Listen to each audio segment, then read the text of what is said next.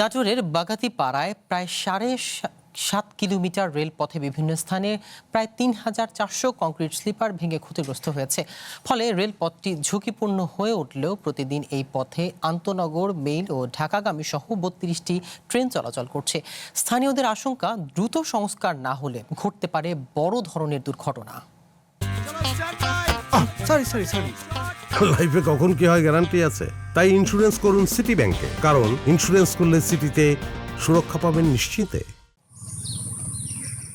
কোথাও স্লিপার ভেঙে নড়বড়ে, কোথাও নাট বল্টু খুলে গেছে, আবার কংক্রিটের ভেতরের লোহার তার বেরিয়ে এসেছে। কয়েকটি স্থানে ভেঙে গেছে স্লিপারও। এ চিত্র নাটোরের বাগাতিপাড়ার রেল স্টেশনের। বড়াল ব্রিজ থেকে ইয়াসিনপুর পর্যন্ত প্রায় 7.5 কিলোমিটার রেলপথ ভেঙে গেছে। ব্যবহার অনুপযোগী হয়ে পড়েছে প্রায় 3,400 কংক্রিটের স্লিপার। এই রেলপথ দিয়েই প্রতিদিন আন্তনগর ও লোকাল সহ প্রায় 32টি ট্রেন চলাচল করে। স্থানীয়দের অভিযোগ, দীর্ঘদিন ধরে স্লিপারগুলো ক্ষতিগ্রস্ত থাকলেও সংস্কার হয়নি। এতে বাড়ছে দুর্ঘটনার আশঙ্কা। অনেক স্লিপার নাই, আবার অনেক জায়গাতে যে আপনার নাট বল্টু সেগুলো আউট হয়ে গেছে। আসলে এই সমস্ত কারণেই তো একটা সময় দুর্ঘটনা ঘটবে। সিমেন্টের যে খুঁটিগুলো বানাইছে, যে স্লিপারগুলো, ওগুলো সব ফাটি গেছে।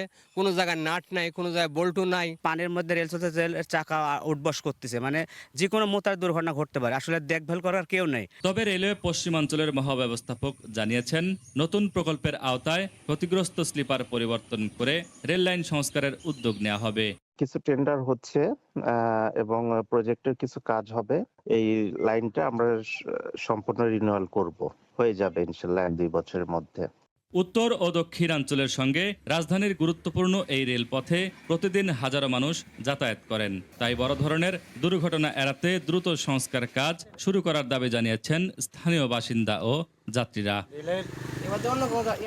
Nazmul Hasan, one news, Natore.